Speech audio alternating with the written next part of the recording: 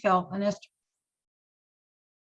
and Esther Cuddyback Felt of Cuddyback, California. Oh, got to get this off the screen. Okay. Grandfather George Henry graduated the 8th grade from Sproul Creek School and then attended Craddock's Business College. Following graduation, he went to work for Beckwith's store in Hydesville, which I have a picture of him standing on the porch of Beckwith's store in Hydesville. My grandmother, Jessie Helen Felt, Henry and Mariah Jane Cox ran the Bryceland Hotel while raising their family. In 1906, Henry Cox Jr., in partnership with his son George Henry Cox Jr., leased the Bridgeville Hotel from A. Barnum. In 1912, they purchased approximately 100 acres of land from the Barnum estate, which would become Bridgeville eventually. Purchase included hotel, livery, stable, blacksmith, shop, saddlery, and store. My mother, Laura June Paulus, was born and raised in Bridgeville, and I was born in Eureka with my mother and sister, moved to Bridgeville when my father, Lloyd Paulus, was drafted into World War II in 1945, and I was raised there till I graduated high school. So that's all about me. The early beginnings of Bridgeville. The Native American occupants prior to arrival of white settlers. This is from an article in the North Coast Journal on October 15th, 2009. We are taught today that a tribe called the Nongatos ranged over the entire drainages of both the Van Dusen and Larrabee Creek. However, interviews, some now 100 years old, with Indians born near the time of the whites' arrival, indicate that there were actually at least 15 separate tribal groups, each with its own name and territory that lived in this vast area. These groups were so heavily attacked and their surviving members so widely dispersed that they ceased to exist as tribal units. But there are Indians today who can, for example, trace their ancestry to the Kittle tribal group, which occupied the Van Dusen River near Bridgeville, just as there are those who are connected with other groups such as the Loloncocs and the Nakanas, whose names most of us have never heard. Many of these Indians are affiliated with the Bear River Band of the Ronerville Rancheria, a federally recognized tribe with members who trace their ties to southern and eastern Humboldt County. The first landowner I am aware of the Van Dusen crossing was Hoagland. Then William S. Robinson, from whence came the name of Robinson's Crossing. Now, you will see that referred to as Robinson's Ferry in many different historical references, and it never was. In the first place, there's no way you could put a ferry. A ferry would have been a bridge over the Van Dusen. It's just, you can't put a ferry there. But there was a Robinson's Ferry near Riadale. Eventually, in 1875, a covered wood bridge was built at this crossing due to a huge flood that washed away this wooden bridge in 1877, I think. A second covered wood bridge was built in approximately 1876. J.J. Hale, who was the owner of the area at the time and the postmaster, was on the bridge that washed away with a crew of people trying to do something to stop it from going, and his son was there too. And his son was killed on that bridge. I believe he was 4 years old. And he's buried in the Bridgeville Cemetery with his father, J.J. Hale. It appears that J.J. Hale purchased in 1877 the property which is known as Bridgeport by that time. Hale applied to become postmaster, and the name was changed to Bridgeville due to an existing post office in California called Bridgeport. Alonzo Barnum owned the property in 1887, and it was purchased by Henry Cox and Son from the Barnum estate in 1912. In approximately 1966, it was inherited by Laura June Cox Paulus, daughter of George Henry Cox. Elizabeth Lapple, an antique dealer from Los Angeles, purchased the property in 1973. The Reverend Stevens purchased it from Lapple, and the next owner was John Houston, a realtor who called the project Visions for Missions. The next purchaser was Bruce Kroll from Los Angeles, who actually did do an awful lot of work there. Current owner is Cindy LaPale, who inherited from her son, Daniel LaPale. Bridgeville was put up for sale on eBay on 2 different occasions while giving the town a lot of notoriety. Neither resulted in a sale. Now, going back further, owners and or lessors of the hotel Usually had the livery stable also, as it was a stage stop. In 1874, H.P. Clinton is listed as having a general merchandise store at Robinson's Crossing, and that's the earliest I can find anything about a store there. John J. Hale is shown as owner of the town and postmaster in 1877. Henry B. Marvel was also one of the proprietors of Bridgeville Hotel. In 1877, Miller, Sweeney and Company were proprietors of the Humboldt-Mendocino mail stage and leased the hotel and will make Bridgeport one of the eating and change stations on the route. This was a little blip I got at through the Susie Baker Fountain books about different articles. Mrs. Campbell was running the hotel in 1928. This is most likely not a complete list, as it seems owners came and went with some frequency. And the Bridgeville Mill in the 1940s. In 46 and 47, it was a Moorhart Lumber Company that ran the mill. In 1945, Gates and Gibson ran the sawmill. Now, I remember Gates and Gibson because they had a little girl that I used to play with in the early 40s on the front lawn of the cookhouse.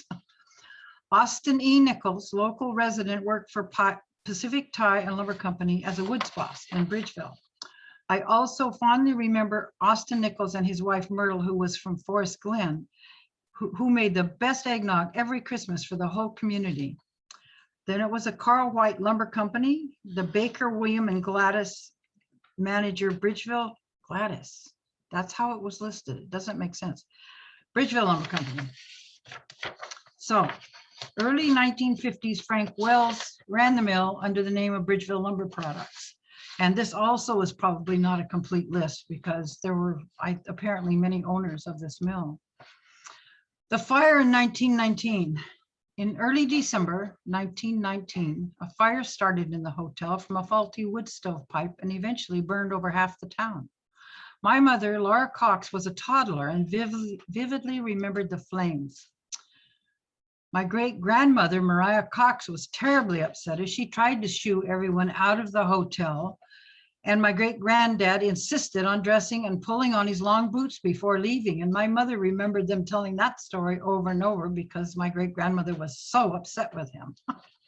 The weather was freezing and no water was available to attempt putting out the fire. It burned the hotel, barn, and livery stable and store, which was full to bursting with winter and Christmas shopping and was a total loss. The blacksmith shop, saddlery, and great-grandparents' home across from the hotel were saved from the dripping of icicles off of a huge oak that just overhung that whole building. And that's the only reason those buildings were saved. And the store that anyone who's familiar with Bridgeville remembers the long store there. That was a compilation of all those buildings. They just made all those buildings into one big store. Bridgeville School. The Bridgeport School, 1875 to 1891, was located at what was then called Schoolhouse Peak, later known as the Goats Rock area. Later, it was located in another locale, which I haven't figured out yet, and finally to its present location in Bridgeville. The school was named Bridgeville in May 4th of 1877 when John Hale, current owner of the property, requested and received a post office designation, and it was found that there was another Bridgeport in California. This post office celebrated its centennial in 1977 with Laura Paulus as a postmaster. This post office changed postmasters many times in the following years. Edmund Barnum from 1881 to 1900, Alzina Barnum, who was his wife, postmaster 1900-1907, back to Edmund Barnum until 1908, George Keating, 1908, Josiah McKnight, January 9th, 1908 to June 29th, 1909. Henry Marvel was another short-term office holder, June 29th to 27th, 09, when Mark Gordon was appointed. In 1909, Henry and Mariah Jane Cox purchased the Bridgeville Hotel, which housed the post office. Along with her other duties, Mariah Cox became postmaster from May 4th, 1910, until it was transferred to M. Lou Ballard on February 14th, 1912. George Cox assumed the position of postmaster, serving until 1955, with the exception of an 8-year period when his partner in the grocery store, George F. Normile, held the office. At George Cox's retirement in 1955, his daughter Laura J. Paulus entered the Postal Service. With her retirement in 1977, the Cox family have served the postal needs of the community for 54 years. In 1912, George Henry Cox, in partnership with his father, Henry Cox, and his wife, Jessie, purchased the remainder of the town from the Barnum estate. The community. The post office was always the unofficial hub of the community. The mail stage showed up at the same time every day, and most community members who were not at work in the woods or elsewhere would show up and wait for the mail while catching up on community information, sharing family information, or getting acquainted with the rare newcomer in town and doing their shopping. Once the mail arrived, letters from home were shared and more visiting commenced. There were dances in the hall next to the store, and music was by local musicians in the community. In the late 1940s and 50s, Henry Cox also rented movies from Hollywood and showed them in the same dance hall on Friday nights. The movies also included, he rented them with news, cartoons, the ads, they all came with it, and he would show us the cartoons over again if we wanted afterwards. All the lighting was provided by generators. Electricity did not come to Bridgeville until about 1955. Let's see. The Bridgeville post office was a star route, and it served Ruth, Dinsmore, Van Dusen, and Mad River. All the stores in these areas had a very tiny corner with post office boxes and stamp sales. Now, all of the mail for those areas came to Bridgeville, and Bridgeville had a separate sorting rack for each area, and then they would go out. The mail came to Bridgeville every day and only went out on the route every other day. Most people had a canvas mail bag hung on a hook by the road, which the mail stage driver would pick up and carry back to the Bridgeville post office. These bags would be carefully emptied and left in order of delivery. They often contained instructions to my grandfather for conducting their business in the form of handwritten notes. I will share a few here as I find them quite interesting and indicative of a very different culture than we live in now. The first one was from the Heston Ranch, January 20th, 1920.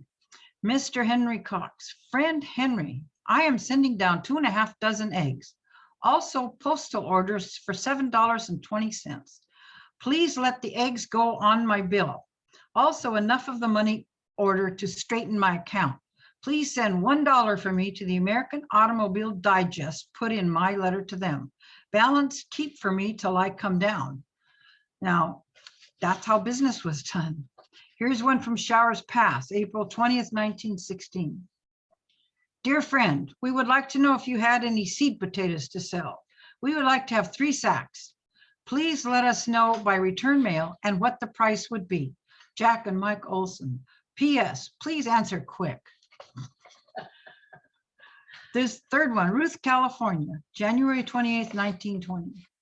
Dear Mr. Cox, about 2 weeks ago, I sent to you for 12 yards of gingham. There were 2 pieces. Each piece was supposed to be 6 yards, but when I cut into them, there were only 5 yards in one piece. I would like to have another piece of 6 yards of the same dark kind, different than what you sent before. Have you any molasses? If you have, please send me a small can. Yours truly, Mrs. F.W. Gunlock, Ruth, California. And the last, Mr. Henry Cox, this is 1919. Mr. Henry Cox, please pay Charles D. Lane $12 for me and oblige. Yours truly, Clyde Barnes. Now Clyde's asking Grandpa to take $12 out of his pocket and pay Charles Lane, and he'll catch up with him later. And that was just, it's just amazing the amount of trust and that went on with all these, because these are coming in canvas bags. There's money, there's letters, there's you name it. And there's also occasional lizard, because when I was a kid, I used to help Mom undo the, go through those bags to take out what was in each one and set it aside and take care of the business. So yeah, there'd be bugs in it. Okay, and the 4th of July, from about 1925 through 1928, Henry Cox held a large 4th of July celebration on Ed Burns's property about ½ mile east of Bridgeville. Now that's the property that my home was built on, the home that I grew up in. Later years from this, in 1935, I think. There were games of chance, a whittling cowboy from Arizona, a pit barbecue, and many other amusements, including a rodeo. There was a dance platform built among the trees, and a generator was employed to provide lighting late into the evening. The following letter is one of many I have concerning this event. This letter comes from Alder Point, California on June 21st, 1928. Dear Sir, I got the car banners okay. I got one on my car and I'll give the rest to someone who can send them around the county. Say, Henry, have been asked by some of the boys over this way if you intended to give all the boys that brought saddle horses feed for their horses. I may bring one of our saddle horses or get someone to lead it over, as I will come with my car. Now let me know right away in regards to the horse feed, as these boys won't come if they have to pay for their horse keep. They want to come over about the 2nd of July so as to have the horses get a little rest. And about the wife and I as deputies, the sheriff has told us to act. The sheriff has told us to act. There now, where are we to look for our salary, which will be $10 for the missus 2 days and 2 nights, and for me $5 for a day and $5 for a night. Maybe this man Kelly would be the one to pay me for the day work, or however you may figure it out. I've been talking it up as best I could, and have got a good many changes on going to Ukiah, and hope all will be satisfactory with the committee, and we'll expect a word back right away so can let the boys know what's doing. Yours truly. So there was the statement from the horses. This event was one of the biggest annual festivities, and people from Xenia, Alder Point, Harris, Ruse, Neyland, Iquay, Hydesville, Ronerville, etc. attended. It was a 2-day event, so many people camped on the rodeo grounds, which was adjacent to the river. And also, I might note that the charge was 50 cents for men, and women and children were free for the barbecue. So now we have movie fame. In 1938, part of the 3rd version of The Valley of the Giants was filmed in Bridgeville. Mainly the log dam that was blown up in the movie. My mother used to say it nearly knocked the store down when it was blasted. It was built right below the Bridgeville store on, for those of you who are familiar with the area, there's a great big half dome rock there off the bridge, and the dam was built underneath that and then blown up. It took 100 men 2 weeks of work to build the huge log dam that was blasted for the movie. At one time, everyone who lived in Bridgeville worked there or in surrounding logging shows. There was a state division of highways yard, which my dad worked for, a county road yard, the school, store, and post office, a sawmill, plus many logging shows in this very close surrounding area, and a tie mill. There were many big sheep ranches when I was a child, which later converted to cattle ranches. All these ranches had hired hands and cowboys year-round. So there was really quite a large population during those years until the timber industry started going. There is only a post office and a couple of houses left in Bridgeville now. The main population now lives within a few miles of Bridgeville on smaller parcels of property. There is an amazing community center at the Bridgeville School, which serves a wide area with many services. The cement bridge, which was built in 1925, was bypassed in 1997 with a longer span and a different location. So that's pretty much what I know about Bridgeville at this point in time, but I would be happy to answer questions, and probably I could answer most of them, I would guess. So do we have any questions? So there's a couple questions in the chat. When you were talking about the mail, was there any robberies of the mail that you know of? Not that I know of. No, but it was pretty safe, actually. And then when did phones arrive into Bridgeville? Oh, well, we had a phone when I was a little kid. It was on the wall. It was a farmer line. You cranked it. And they were, I don't know, 5 or 6 people on each line. Not very many people had phones, but yes, there was phones there, and there was a telegraph office. All right, and then you had a couple pictures. Did you want to share those? Yes, please. Okay, so let me go ahead and share that real quick. Hang on just a second.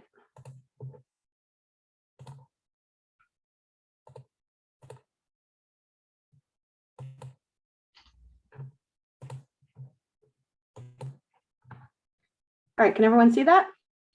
Yep. All right.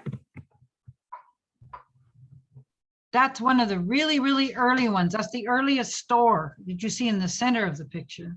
And the hotel is to the left, on my left. So, and that's one of the first barns.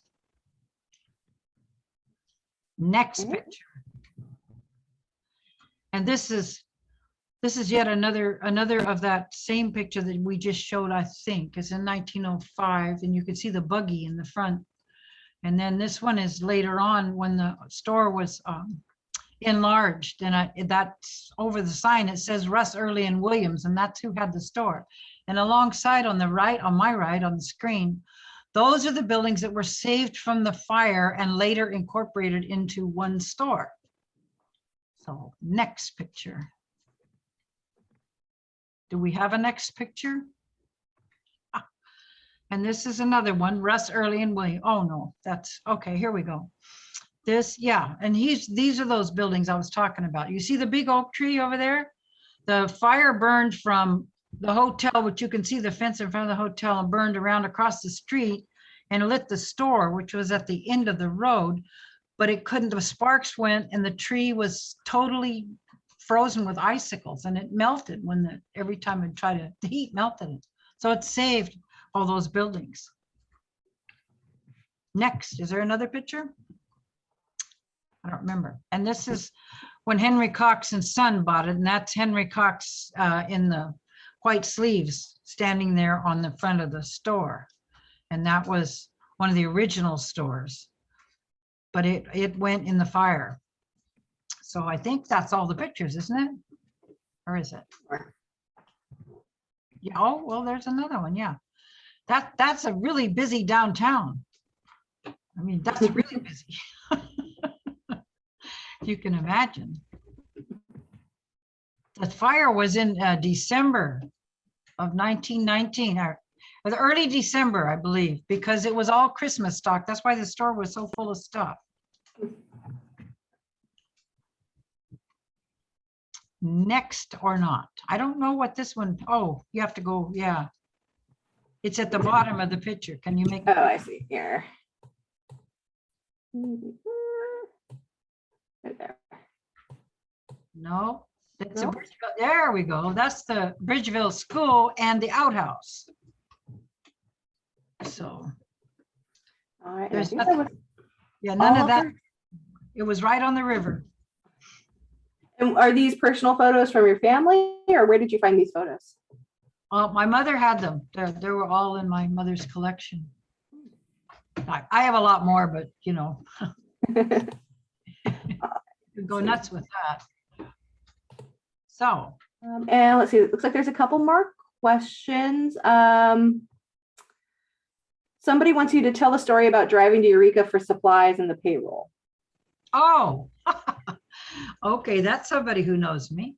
When I'm in high school and I got my driver's license, my mom had a 1.5-ton Ford pickup, and that thing, you know, they rode really high and going. So she let me take it to school, which was a hell of a bumpy ride. But after school, I went into Eureka, and I went to all the supply stores, and that pickup was totally loaded by the time I got home. I went to Market Wholesale and Dunham, Kerrigan, and Hayden, and the cigar people, and then to the bank. And I would get usually about $10,000 in cash from the bank and then drive home at age 16. I mean, and I did that for all my years in high school.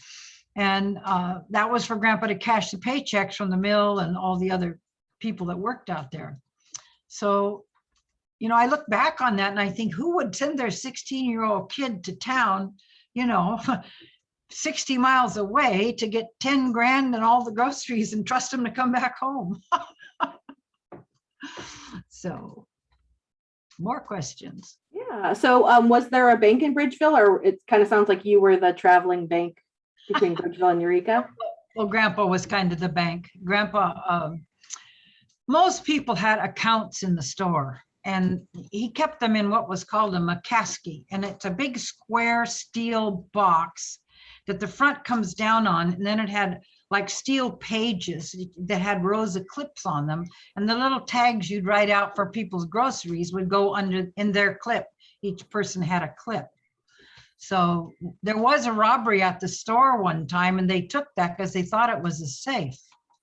So they didn't get any money. The sad part of it is that, you know, there were a lot of honest people who paid up their debts, but that was the only record of it. So there were many people who decided, wow, we got away with that. So it was still a pretty good loss for my grandpa. Yeah, I bet.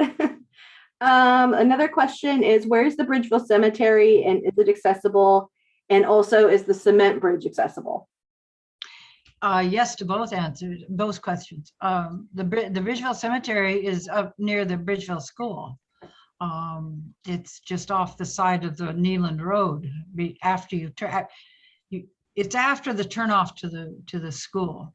It's just right there off the side of the road. And my mother told me that cemetery was relocated because way back when there was a big flood, bad winter, and the land slid, so they had to move a lot of the graves to the area it's in now. So, okay. And it's very accessible. It's, Okay, another question. When did the California Forestry Center move in?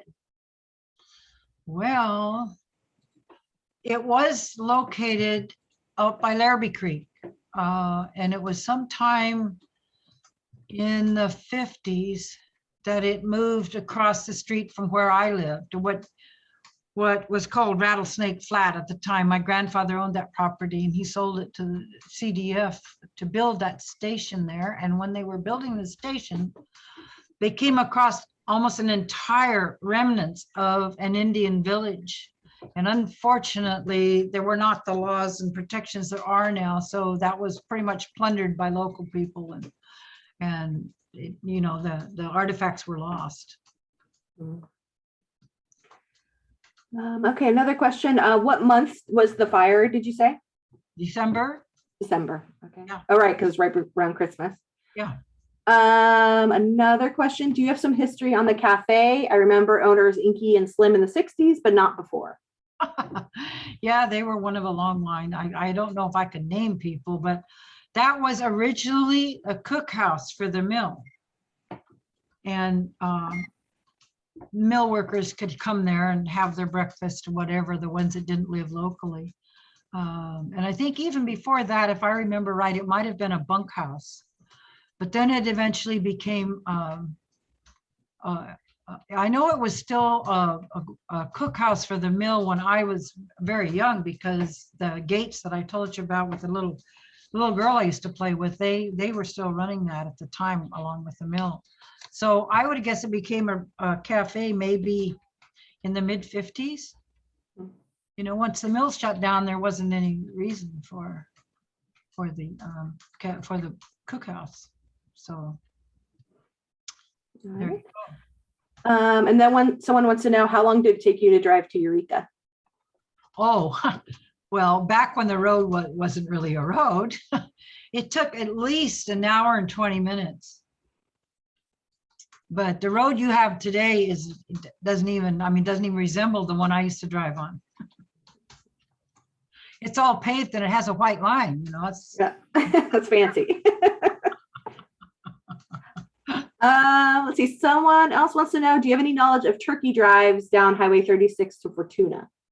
Very little, but I know they did happen, and I know that my mother recalled them. And one of the things about the covered wooden bridges, they were overnight place for the turkeys because they were protected. They'd get them down that far, and then they'd spend the night in the covered bridge. But who or had them, I don't know. But I know there were people who raised hundreds of them at a time, and then they drove them all to Eureka. Okay, someone else wants to know if you know when the Baptist church was first established. It was, boy, I don't know for sure, but I know it was sometime in the 50s, because I remember the first minister that was there And the young men who came, and they were referred to as tent makers, who came to preach there. And I don't remember exactly when it was built, the church itself. I really don't. But I know that in the 90s, at some point in time, they enlarged it. And my daughter did the redesign for the front of that church. And then a final question, where was the mill located? The mill was located, it was behind the barn, but of course the barn's not there now, so that's pretty hard to tell you. When you drive into town on 36 and you turn left on Neeland Road, you can go, there's a road that goes down by the river, and that road went to the mill. The mill was almost exactly on the river bar, which totally would not be okay today. Right. But when they were building the community center at the Bridgeville school, someone called me from the school to come over and look at a hole they had, and they had where they were excavating, because there were all these logs in the hole, and they wanted to know if I knew if it was a building or what it was. And I said, that was a log pond. It was just logs that were left in the log pond. Just logs in a pond. Right. That log pond was quite a bit of fun for the local kids, because we got to watch the pond men, who were incredible. I mean, the skills they had to roll those logs, you know, they did it with cork boots and peavy poles. And they had to keep those logs rolling in the pond to get them the right, whatever, soaked the right way for the mill. So yeah, and they would do the almost like dancing on the logs out there. So it was quite interesting. We also climbed in amongst the wood piles, which I wouldn't say if I thought there were children listening to this. Someone wants to know what happened to the store that was there in the 1950s. Oh, it was torn down sometime in the late 90s, I think, or early 2000s. No, maybe in the mid 2000s, come to think about it. They tore it down for safety reasons, which is, it's too bad, but they never had any maintenance, you know, so. And it hung clear out over the river. It was completely braced out over the river. And someone wants to know if you know how many people lived there around 1945. Oh, I would guess almost what the sign says, 300. There was quite a lot of people who actually lived. There was a lot more houses. The mill itself had what were called mill shacks all around the back of it, where mill workers lived. And then there were houses. My grandpa in the 50s purchased a lot of prefab houses from the military, I believe. They were surplus, and reconstructed them there, which consisted of, the houses went all the way up the road to the school on both sides. There were houses all the way. And yeah, there was a lot, because there was a Quonset. PG&E built a whole area there with 2 Quonset huts, and to park their equipment and everything. And they were there for several years with all their crews getting PG&E to Bridgeville. Okay. And so we've got a couple questions from people that I think must know you. One is, was the orchard near your house that's still there on your property? And if not, do you know much about the owners? Oh, no, the orchard was part of that. Was 7 acres that faced on the road. And yes, the orchard was part of it. And my mother, there was 2 orchards. The one you could see from the road was the old orchard, and my mom had planted a new orchard up there. And I don't know what's happened. I don't see, a lot of those trees are gone now, which is sad, but we had a pear tree that gave us 30 lugs one year. Dave and Randy helped me pick pears, and I think it was 30 lugs we took off of that tree. It was amazing. And then someone else wanted to know, did your mom's house go with the sale of Bridgeville, or did it stay in the family? Oh, it wasn't part of Bridgeville at all. And when my father passed away, my sister and I sold the property. Okay. Does anybody else have any other questions? Okay, while we're waiting to see if there's any other questions, with the mention of the apple orchard, we do have last month's lecture, which was on Albert Eder and apple orchards in Humboldt County. So if you're now is apple season. It's orchard season. So you can go check that out on our YouTube page. Like I mentioned, this is being recorded. You probably heard that scary disembodied voice say this is being recorded. That probably woke some of you up. Sorry about that. So like I said, this is being recorded. I'll put it on our YouTube page and you're welcome to check this out. Some of the other ones we've done in the past. And it looks like that's all the questions we have for today. So I think we're going to go ahead and wrap it up. So thank you, Jessie, for your lecture and all this great information. I think you're probably one of the very few people in the world who has all that information. So thank you for sharing that with us. Wow. And yeah, thank you all for joining us. And hopefully we will see you next month. Bye, everyone. Have a good weekend. Okay. Wow.